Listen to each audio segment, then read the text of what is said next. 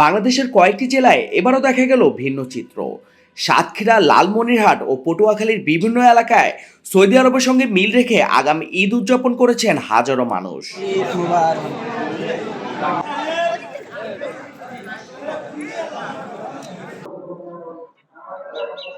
প্রথমে আসি সাতক্ষীরার কথায়।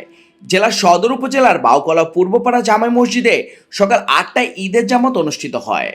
মাওলানা মোহাম্মদ আলীর ইমামতিতে অনুষ্ঠিত এই জামাতে অংশ নেন প্রায় ২০ থেকে ২৫ গ্রামের মুসল্লিরা।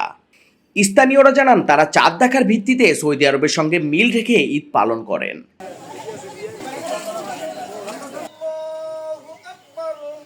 এবার যাই লালমনিরহাটে। কালীগঞ্জ উপজেলার মুন্সিপাড়া এলাকায় সকাল ৯:৩০টায় অনুষ্ঠিত হয় ঈদের জামাত। কারি রাশিদুল ইসলামের ইমামতিতে শতাধিক পরিবার এই আগামী ঈদে অংশ নেন। স্থানীয়দের দাবি, ২০১১ সাল থেকে তারা নিয়মিত সৌদি আরবের সময় অনুযায়ী ঈদ সহ বিভিন্ন ধর্মীয় অনুষ্ঠান পালন করে আসছেন।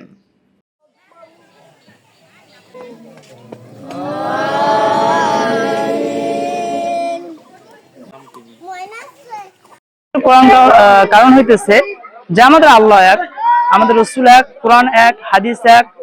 একই দিনে সারা বিশ্বের জুমা একদিনেই হয়, এজন্য আমরা একই দিনে সিয়ামকে রাখি। আর যদি সিয়াম আমরা না রাখি, সমস্যা কোথায়? প্রথমত একটি ফরজ সিয়াম আমরা বাদ দিতেছি, এবং ঈদের দিন সিয়াম রাখা হারাম। এই হারাম দিনে আমরা সিয়াম রাখতেছি, এটা হলো আমাদের মূল সমস্যা। আমরা সৌদি আরবের সাথে চাঁদ দেখার তারিখ অনুযায়ী আমরা ঈদ এবং সিয়াম একসাথে পালন করি। এভাবে পালন করে আসছি 11 সাল থেকে। দিন দিন লোক সংখ্যা বৃদ্ধি পাচ্ছে, তো আমাদের মাঠের সংখ্যা জায়গা কম, তা এখান থেকে মাঠ আরো 4টা, এবার আরো একটা নতুন হলো 5টা মাঠ চালু আছে আর কি আমার কালীগঞ্জ থানায়। এটা আমাদের কাছে মনে হচ্ছে যে পৃথিবী এক, সূর্য এক, চন্দ্র এক, সেই একের ভিত্তি করে আমরা মনে করতে যে পুরো বিশ্বে এবং সারা দেশেই একসাথেই এসব পালন হবে। এই নিমিত্তে আমরা 2011 সাল থেকে এটা পালন করে আসছি।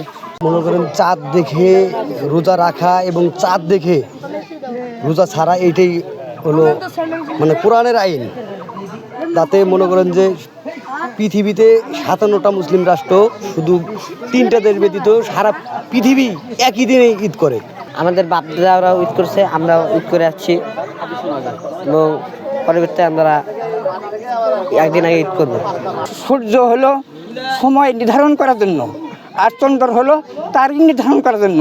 মুসলমান ভাইরা আমার, কতিব আলিমেরা না বুঝিয়া না সুজিয়া তারিখকে, নির্দিষ্ট তারিখকে উল্টাইয়ে দিয়ে একদিনের রাসূল সামনে তারিখে নামাজ পড়েছেন, সেই তারিখ বাদ আরেক দিনে নামাজ পড়ে।